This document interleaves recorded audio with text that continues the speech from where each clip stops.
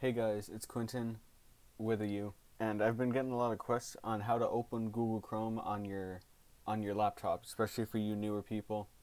Like how to open Chrome, right? So what you're going to do is once you have, I'm hoping you installed Google Chrome before this, but if not, it's going to be a little tough. I'll make a video for that in the future.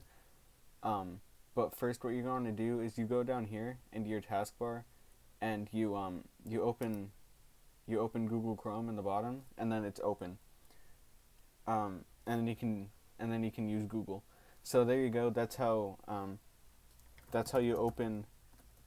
That's how you open Chrome, and uh, and that's the video. I hope it was helpful, and then you can close Chrome when you're done with it. I hope you enjoyed the video. That's it. I'll see you later. Thank you.